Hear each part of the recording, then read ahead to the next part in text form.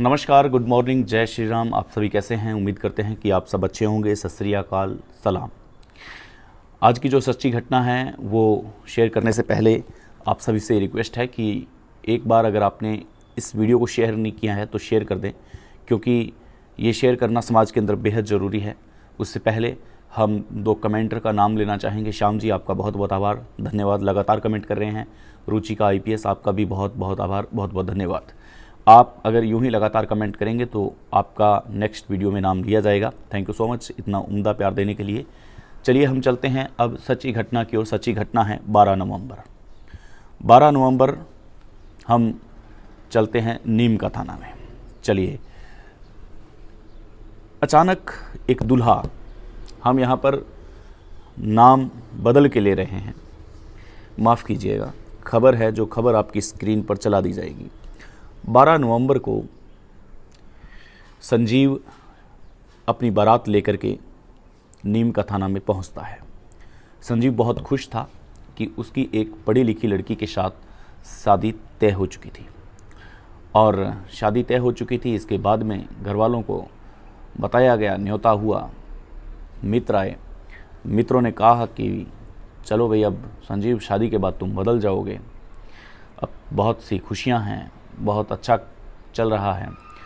जब मेहंदी रात थी उस दिन सभी दोस्त, क्लिक्स, जो भी आसपास के संजीव ने जिस दिन को बुलाया वो सारे पहुँचे वहाँ पर। अब संजीव शादी की तैयारियाँ कर रहा है, अच्छे से डीजे गाना सब हो रहा है। बारात कलेक्ट की जाती है कि बारात में कौन सी गाड़ियाँ जाएगी, किधर जाएंगे, कौन से रूट से जाएंगे, कैसे आएंगे। वो दिन आखिर आ ही जाता है 12 नवंबर का कि संजीव बारात लेकर के नीम का थाना में पहुंच जाता है। संजीव के मित्र थे, वो काफ़ी खुश थे। वो इतने खुश थे कि उनके चेहरे की खुशी बता रही थी। कोई ड्रिंक कर रहा था तो कोई अपनी मस्ती में मस्त था, लेकिन संजीव इन बात से अनभिज्ञ है। संजीव नहीं जानता था कि उसके साथ क्या हो रहा है, उसके मित्र क्या कर रहे हैं।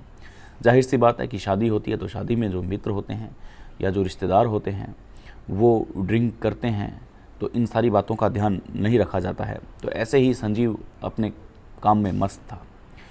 अचानक संजीव कुछ कहता है और पूरा माहौल है जो वो रंगरीन से भंगहीन हो जाता है। संजीव के फेरे दुल्हन के साथ हो चुके हैं, पंडित मंत्र पढ़ रहे हैं, पूरे रिश्तेदार हैं, वो पंडाल में बैठे हैं। अचानक से संजीव कहता है कि मुझे 5 लाख रुपए और एक बुलेट बाइक चाहिए। ये सुनकर के पूरे जो दुल्हन के जो घर वाले थे उनकी हालात ख़राब हो जाती है और कहते हैं कि दुल्हन के भाई हैं और माता पिता नहीं हैं। ऐसे में स्थिति बहुत ख़राब है। भाइयों ने जैसे तैसे करके ये शादी की थी। संजीव का कुछ और ही कहना है। संजीव के कहने पर हम अंत में चलेंगे जब आपको कहानी का सारांश बताएंगे। संजीव अचानक से जब ये बात कहता है, डिमांड करता है, तो सारी की सारी हवाइयाँ उड़ जाती है कि आखिर ऐसा क्या हुआ है, ऐसा अचानक संजीव ने क्यों बोला है। पहले फ़ोन कॉल पर संजीव की दुल्हन से बात हुआ करती थी, लेकिन कभी उसे इस बात का एहसास नहीं होने दिया कि संजीव 5 लाख रुपए और एक बुलेट बाइक की डिमांड कर सकता है। फेरे हो चुके थे पहली दफ़ा तो दुल्हन ने सोचा कि ठीक है, संजीव अच्छा लड़का है, मजाक कर रहा होगा और ये एक दहेज न लेने की कोई बड़ी शिक्षा दे रहा होगा। लेकिन दुल्हन कुछ समझे इससे पहले संजीव ने कहा कि मेरे साथ चलो इसी वक्त, अगर नहीं चलना है तो तुम यहीं रह जाओ, तुम्हारी मर्जी है। अब दुल्हन क्या करती? दुल्हन फंसी हुई थी क्योंकि संजीव ने दुल्हन का एक हाथ पकड़ा हुआ था। वो जबरन उसे दुल्हे की गाड़ी में बिठाने लगा, लेकिन दुल्हन ने एक झटका देकर के अपना हाथ छुड़ा लिया और इसी बात से दुल्हन नाराज़ हो गई।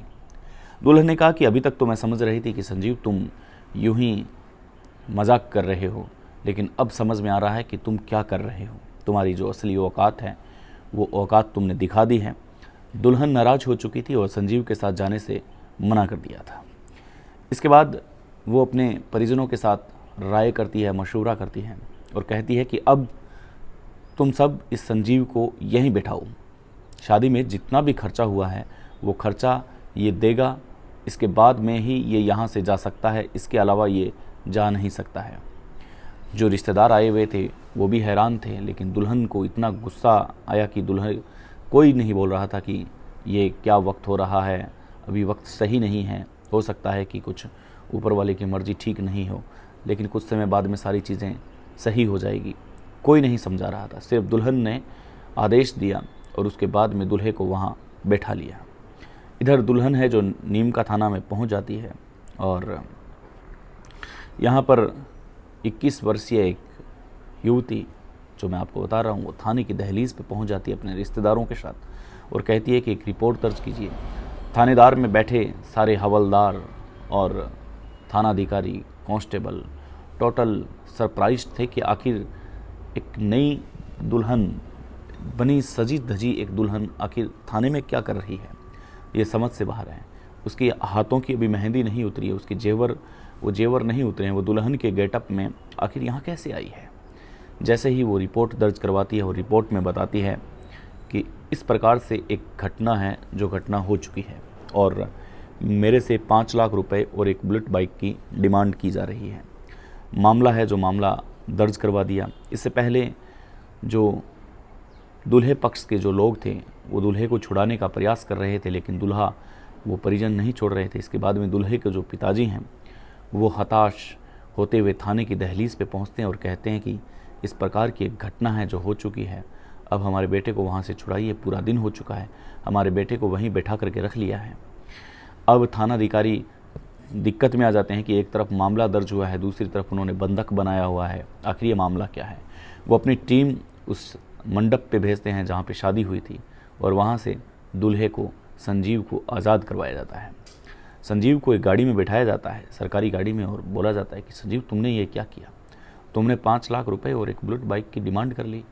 आज कितनी फजीती हुई है, दोनों पार्टियां हैं वो थाने की दहलीज़ तक आ गई है, क्या ये अच्छा लग रहा है। संजीव सरकारी गाड़ी में बैठे बैठे थाने की ओर जा रहा है और कह रहा है कि नहीं साहब, मैंने ऐसा नहीं किया, मैंने बिल्कुल भी ऐसा नहीं किया। जूते चुराने की एक रस्म हुई थी, वहाँ पर थोड़ी सी मजाक हुई थी और इससे ज़्यादा कुछ नहीं हुआ। दुल्हन ने ये भी बताया कि उसके मित्र हैं जो काफ़ी शराब पी कर के आए थे, शराब के नशे में वो बदतमीज़ी कर रहे थे और इस चीज़ से भी वो दुल्हन नाराज़ थी। और 5 लाख रुपए और बुलेट वाली जो बात है वो एकदम झूठी है। संजीव को हवालात पहुंचाया जाता है, वहाँ पर कुछ डॉक्यूमेंट्री की जाती है। संजीव के पिताजी है वहाँ आते हैं, पूरे समाज में अब बेइज्जती हो चुकी है। इधर दुल्हन है जो मीडिया को चिल्ला चिल्ला के जो बयान दे रही है, दुल्हन बता रही है कि इस प्रकार की एक घटना है, जो दहेज के लोभी हैं वो संजीव यहाँ आए थे और मेरे साथ शादी हुई, फेरे हुए, सब कुछ हुआ, लेकिन एक डिमांड की वजह से मेरे परिवार की नींदें हैं जो हराम कर दी है। अब लड़की बता रही है, वो भी दुल्हन के वेश में, तो पुलिसकर्मी है वो अपना काम करेंगे, उन्होंने एक रपट डाली। ये बातें धीरे धीरे पूरे समाज में फैल गई। संजीव इधर कह रहा है कि जी नहीं, ऐसा कुछ नहीं था, अगर मित्रों ने शराब पी है इस बात का मुझे ज्ञान नहीं था, लेकिन 5 लाख रुपए और बुलेट वाली जो बात है वो एकदम सरासर झूठी है और हमने ऐसी डिमांड बिल्कुल ही नहीं की है। एक जूते चुराने की एक छोटी सी रस्म हुई थी, उस रस्म में नोक झोंक हुई और बस वहीं सारा का सारा मामला है जो तूल पकड़ गया। इस बात में कितनी सच्चाई है, ये सच्चाई कानून के हवाले से देखें तो दुल्हन ने काफ़ी गंभीर आरोप लगाए हैं। अब देखते हैं कि ये जो मामला है ये मामला क्या मोड़ लेके आता है, लेकिन किसी की शहनाई के बीच में अगर इस प्रकार की रुकावट आए तो बहुत बुरा लगता है, चाहे वो दुल्हन हो या दुल्हा हो। और अगर दुल्हे ने दहेज का लालच किया है तो ये काफ़ी गलत किया है, क्योंकि आज के ज़माने में दहेज लेना और देना दोनों ही पाप हैं। ऐसे में 5 लाख रुपए और बुलेट की बाइक मांगना ये कानूनन अपराध है, तो इसकी सज़ा है वो भुगतनी पड़ेगी। क्या सच्चाई है, अगर आप वहाँ से हैं तो हमें कमेंट करके ज़रूर बताएंगे। बने रहें, नेक्स्ट एपिसोड में मिलते हैं, तब तक के लिए रब्बा खैर, शब्बा खैर, जय हिंद।